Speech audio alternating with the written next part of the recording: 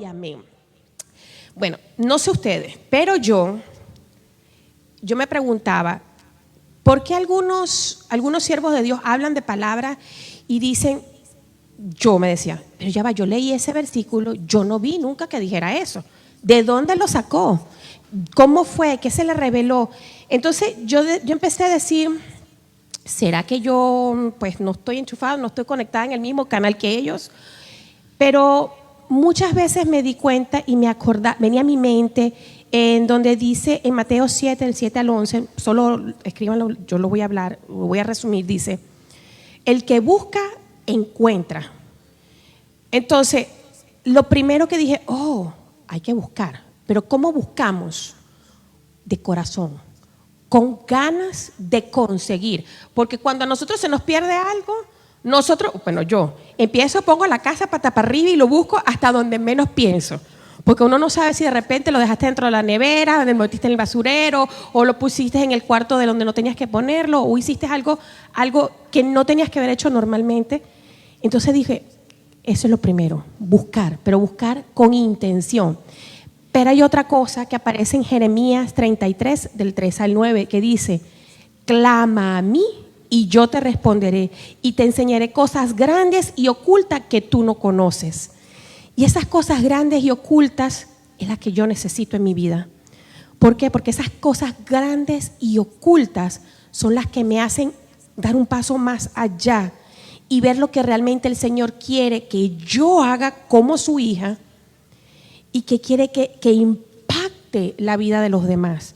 ¿Por qué? Porque primero tenemos que cambiar nosotros para poder impactar la vida de los demás. Pero no porque a veces la vida de los demás veamos que cambiamos y no cambia la otra persona, no nos sintamos afligidos, porque aún Jesús, así que era Dios, hizo lo debido y mucha gente, a pesar de que lo tenía al lado, no fue realmente impactado porque no tenían un corazón listo y preparado para recibir la palabra que venía del manantial, que es el mismo Jesús.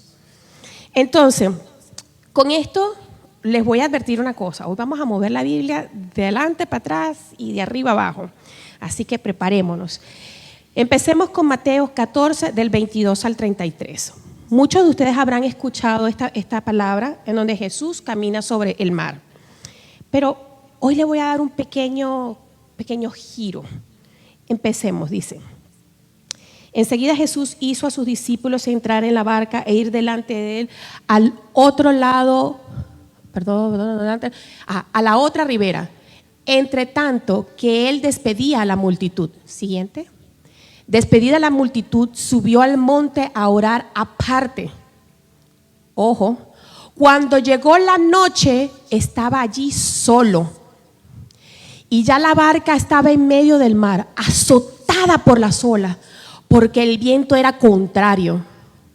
Mas a la cuarta vigilia de la noche, Jesús vino a ellos andando sobre el mar. Y los discípulos, viéndole andar sobre el mar, se turbaron diciendo, ¡un fantasma! Y dieron voces de miedo. Pero enseguida Jesús le habló diciendo, tened ánimo, soy yo, no temáis. Entonces le respondió Pedro y dijo, Señor, si eres tú, manda que yo vaya a ti sobre las aguas. Y él dijo, ven. Y él descendió Pedro de la barca, andaba sobre las aguas para ir a Jesús.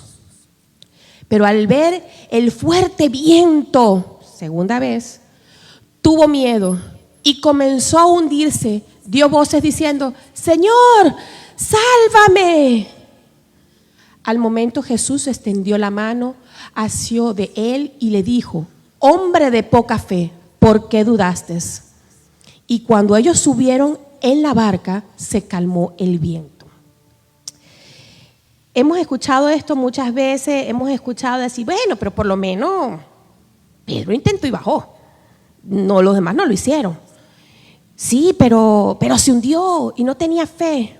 Pero hoy quiero hablar de algo que me impactó, que cuando lo leí me hizo un clic.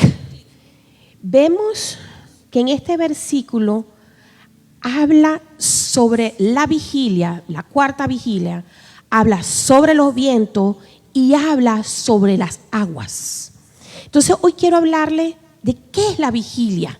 ¿Qué es esa vigilia? ¿Qué es esa oración? ¿Qué es la cuarta vigilia? Porque vemos a través de la palabra que aparece la primera vigilia, la segunda vigilia, la tercera vigilia, la cuarta vigilia. Y pues yo me quedé en la misma. Yo decía, cuando empezaba, ¿y esto qué es? Inclusive mi hijo me dijo, ¿qué es vigilia?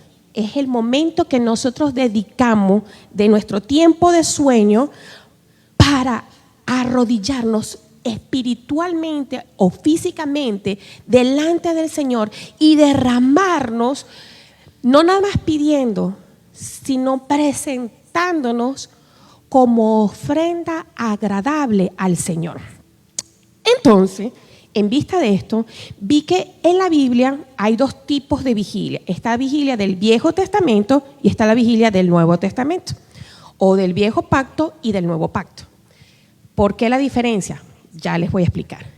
En la vigilia del primer pacto solo eran 3 tipos de vigilia: la primera, la segunda y la tercera. Estas iban de 4 a 4 horas. Recuérdense que el pueblo de Dios empieza el día no al amanecer, sino a las 6 de la tarde. Es de 6 de la tarde a 6 de la tarde. Entonces empezaba a las 6 de la tarde y terminaba a las 6 de la mañana. Cada 4 horas. Era una vigilia.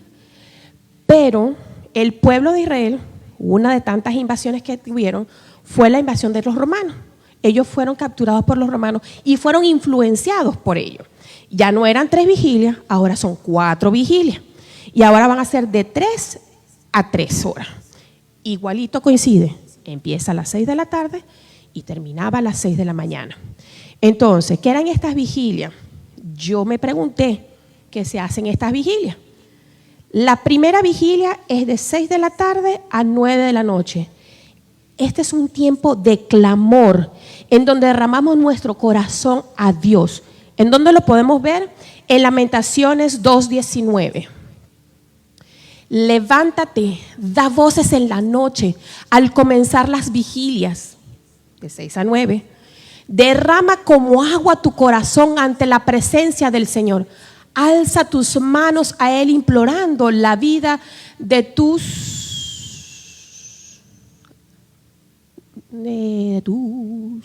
ya lo busco aquí porque me lo cerraron. Ya lo busco. Téngame paciencia. Ahí está. ¿Dónde me quedé?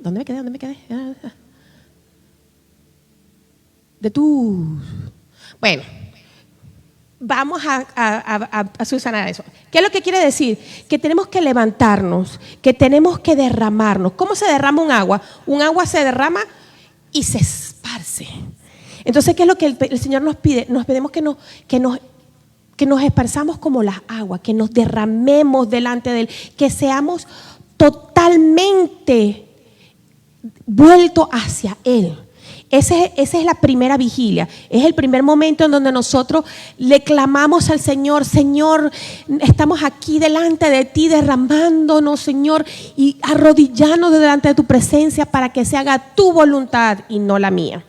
Pero hay una segunda vigilia, está de 9 de la noche a 12 de la mañana. Es para interceder e impedir lo que el enemigo tenga preparado para nosotros, para nuestra familia, para nuestras amistades, para nuestro trabajo. ¿Qué quiere decir esto? Acuérdense que el mundo espiritual se mueve de la misma manera como se mueve el mundo humano. ¿Qué quiere decir?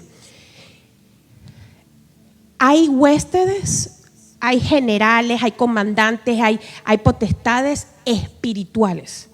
Así como hay generales, hay comandantes y hay potestades desde el punto de vista militar. Entonces, siempre ellos hacen guardia y dentro de las guardias hacen cambio. Y uno de los momentos donde hacen un cambio es desde las 9 de la noche a las 12 de la noche. Es decir, ya yo estoy entregando mi guardia para que el otro venga y agarre mi guardia. ¿Qué quiere decir? Tome mi lugar.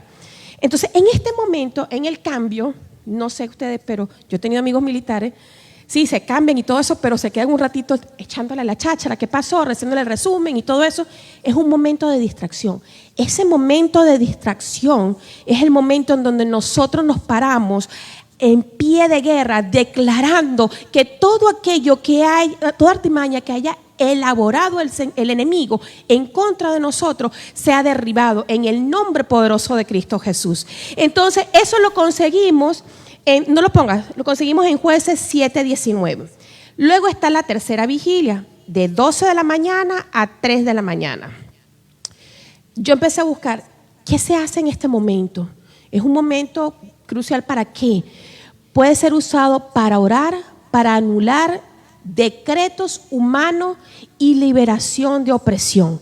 ¿En dónde conseguimos eso? Lo conseguimos en Hechos 16, 25 al 34. Vamos a buscarlo. Hechos 16, del 25 al 34. Y dice así. No sé ustedes si se acuerdan que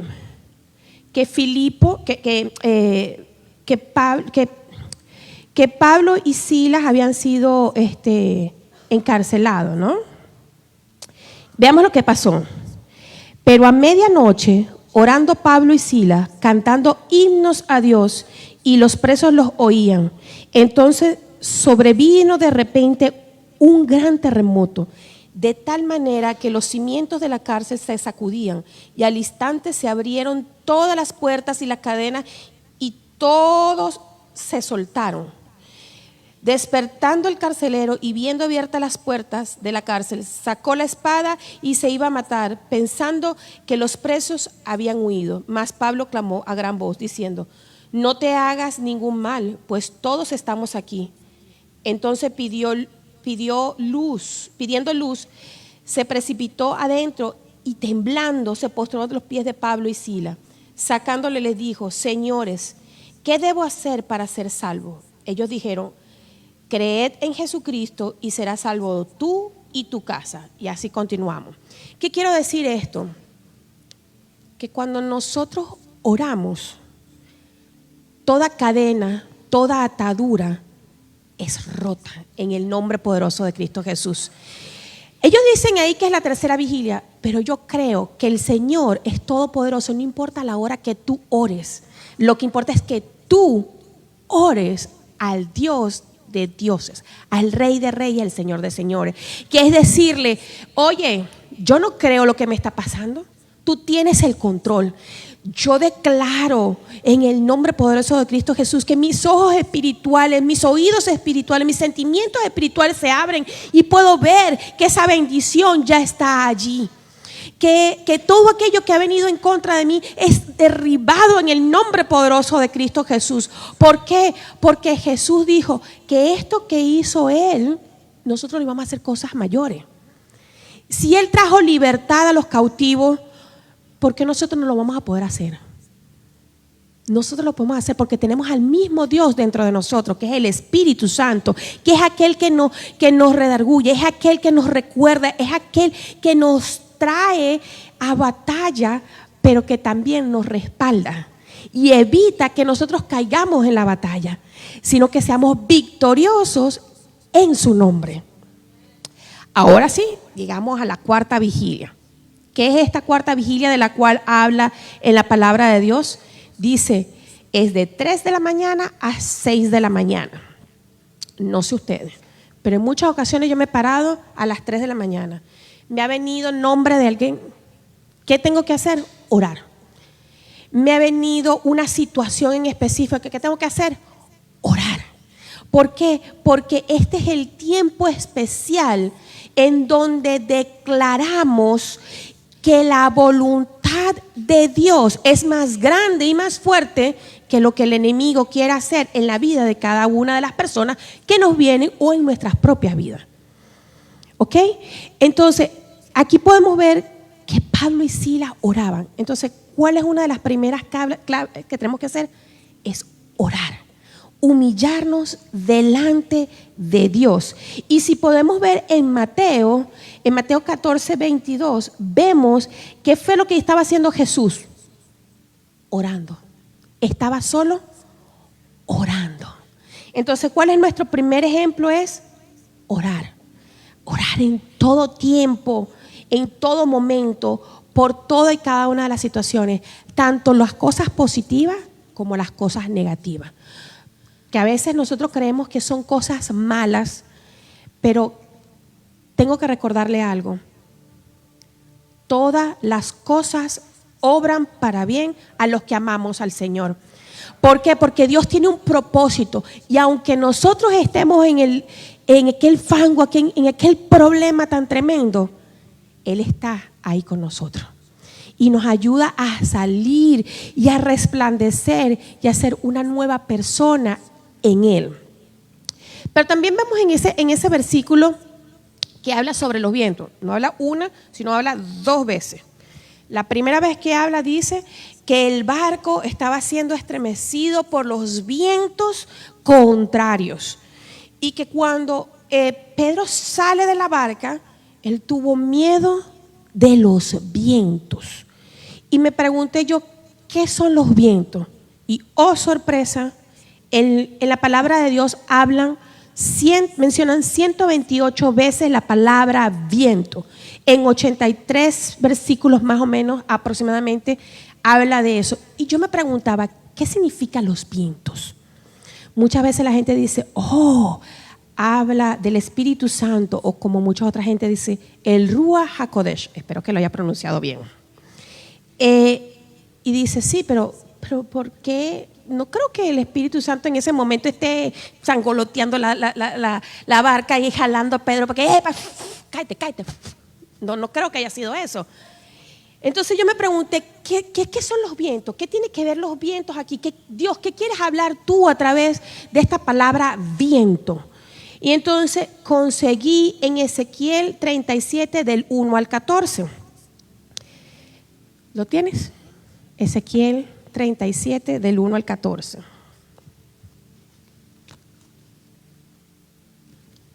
Si lo pueden buscar.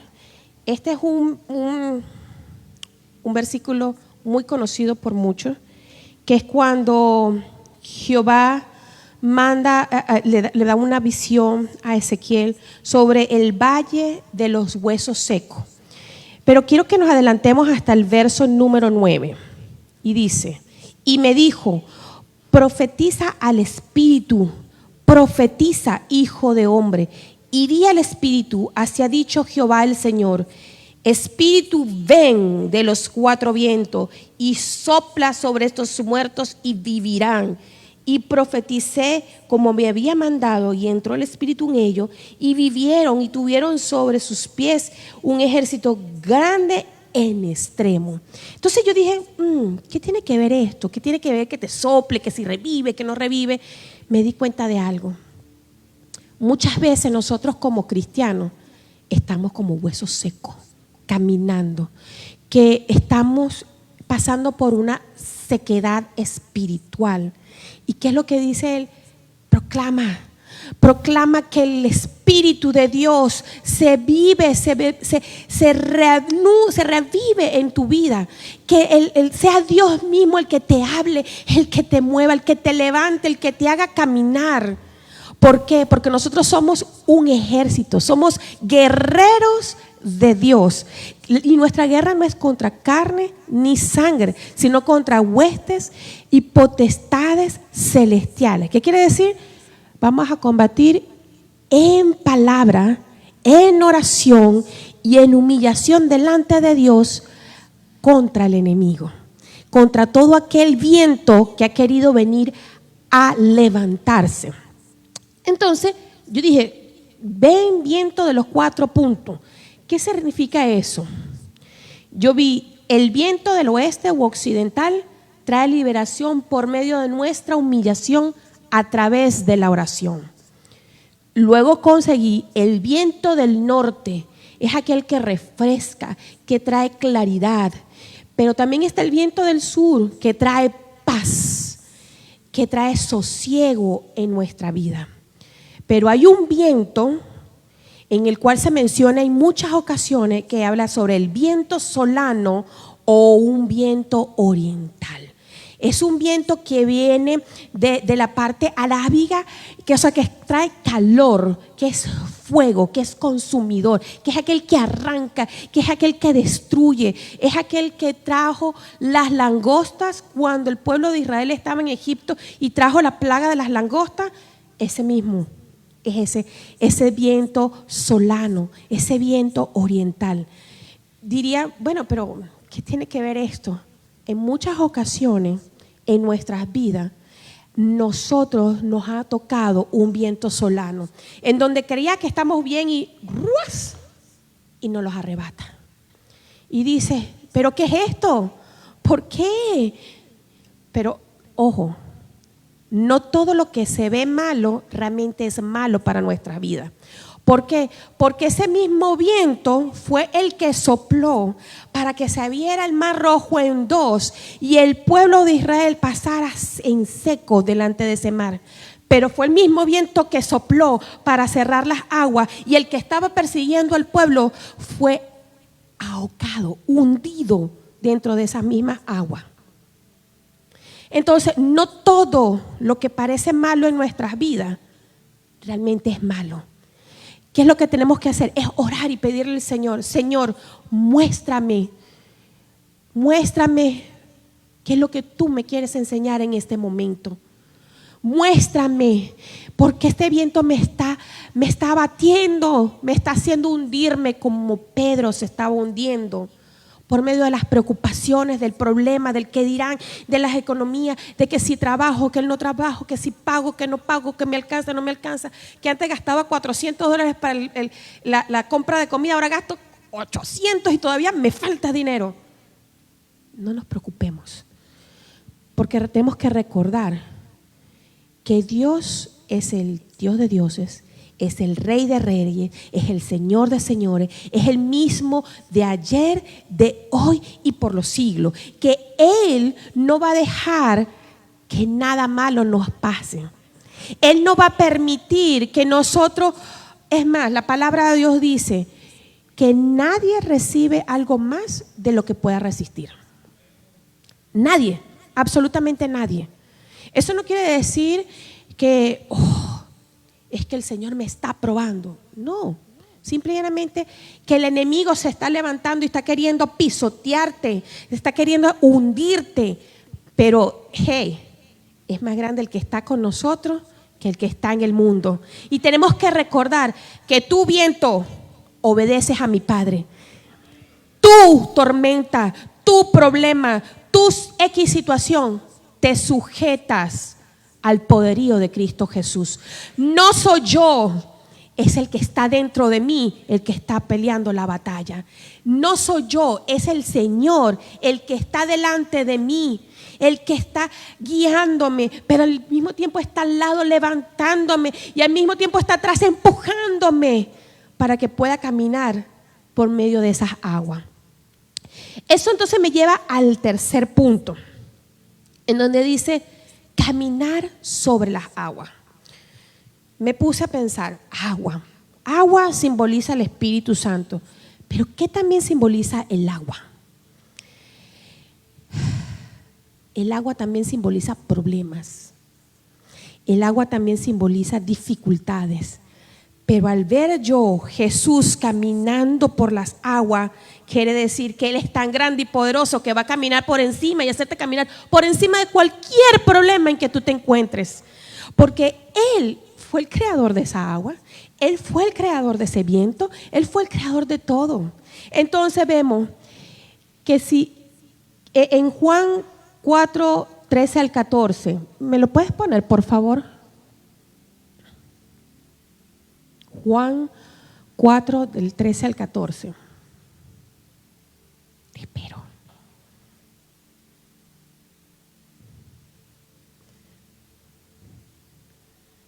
Respondió Jesús y le dijo: cualquiera que bebiera de esta agua volverá a tener sed. Mas el que bebiera de la agua que yo le daré no tendrá sed jamás, sino que el agua que yo le daré será será en él una fuente de agua que salte para vida eterna. ¿Qué quiere decir? Aquí estamos viendo a Dios que está diciendo, Yo soy el que te voy a dar vida eterna. Yo soy el que te está saciando tu sed. Yo soy el que está gobernando. No es la situación. Pero también podemos ver que la agua es devastadora. Si me pones Génesis del 7 a Génesis 7, del 11 al 24, voy a hacer un resumen. Ahorita les digo por dónde vamos a empezar. Génesis 7.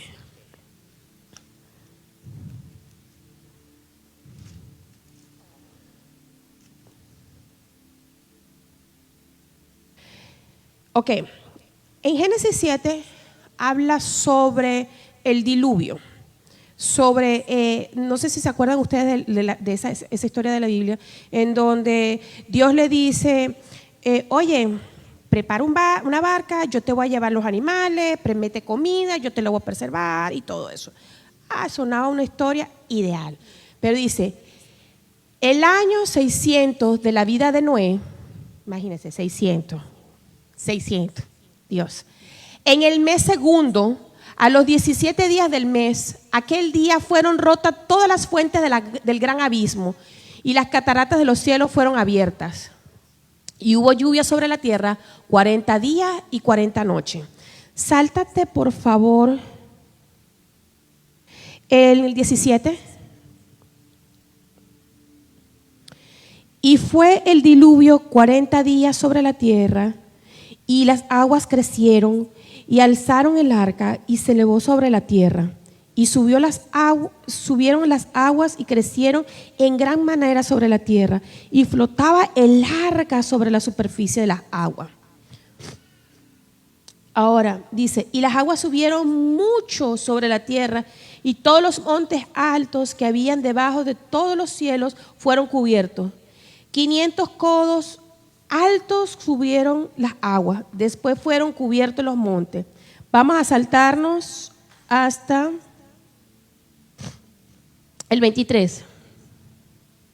Así fue destruido todo ser que vivía sobre la faz de la tierra, desde el hombre hasta la bestia, los reptiles, las aves del cielo, fueron raídos de la tierra, y quedó solamente Noé y los que estaban en el arca. Y prevalecieron las aguas sobre la tierra 150 días. Entonces, si sumamos los 150 días en que estuvo inundado, pero los 40 días y noches que estuvieron, quiere decir que la tierra estuvo inundada por 190 días. Imagínense 190 días en esa barca para allá y en esa barca para acá. Que la brisa lo movía, que la brisa lo detenía.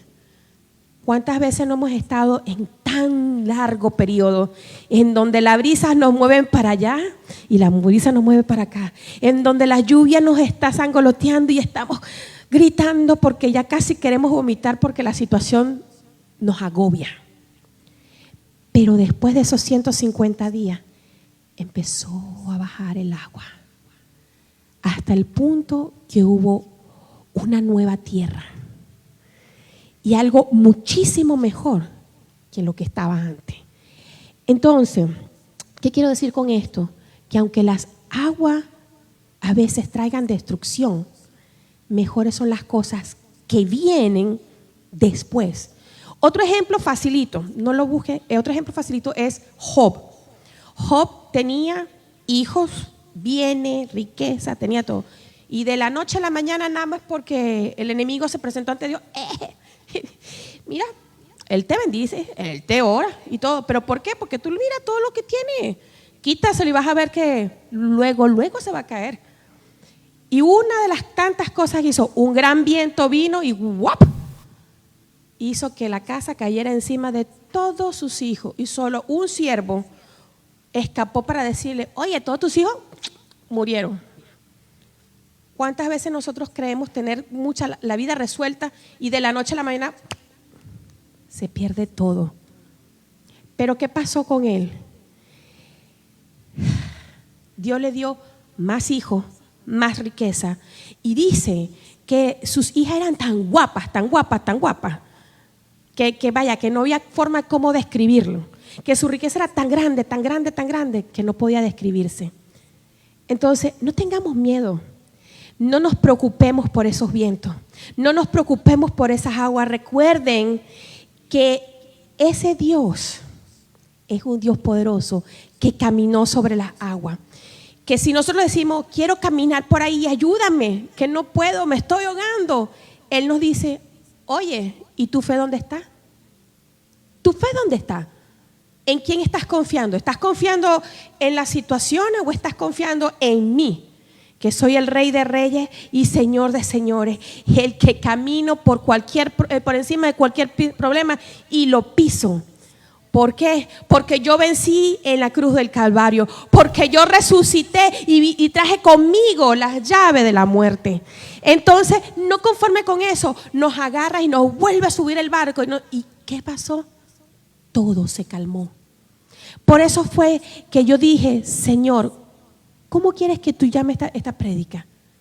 Vuelve a la barca, pero con la calma del Señor. No es tan solo cuántas veces salimos, cuántas veces queremos caminar y nos estamos hundiendo, sino cuántas veces nosotros tenemos la humildad de decirle, Señor, sé tú el que me guías, sé tú el que me levantas, porque las aguas me están inundando, me estoy ahogando, me estoy muriendo. Pero yo sé que tú eres un Dios verdadero. Yo sé que tú eres el Rey de Reyes y Señor de Señores. Y Padre, me arrodillo y clamo ante ti. Y cuando yo escuché ese cántico que pusieron, cuán grande eres tú, Señor, es cierto y es verdadero. Porque el Dios que nosotros tenemos es un Dios grande, es poderoso. Y no conforme con eso, volvieron a cantar que decía, Dios de lo imposible. Aunque la situación parezca imposible, para Dios no hay nada imposible. Solo que muchas veces Él no nos responde como nosotros queremos, de la manera como nosotros creemos. A veces responde de una manera que tú dices, ¿es en serio? ¿Y dónde están los bombos y dónde están los platillos? A veces de una manera tan sencilla y tan pequeña que decimos, wow, y me estaba resistiendo tanto para pasar esta situación tan rápido. ¿Por qué? Porque nuestra actitud depende de cuánto tiempo vamos a estar en el agua gritando, sálvame, Señor, sálvame. Eso depende de nosotros. ¿Cuál es nuestra actitud de poder aprender y pasar rápido y subirnos nuevamente a esa barca, pero con la paz del Señor? Porque cuando subieron, todo se calmó, hubo calma. Entonces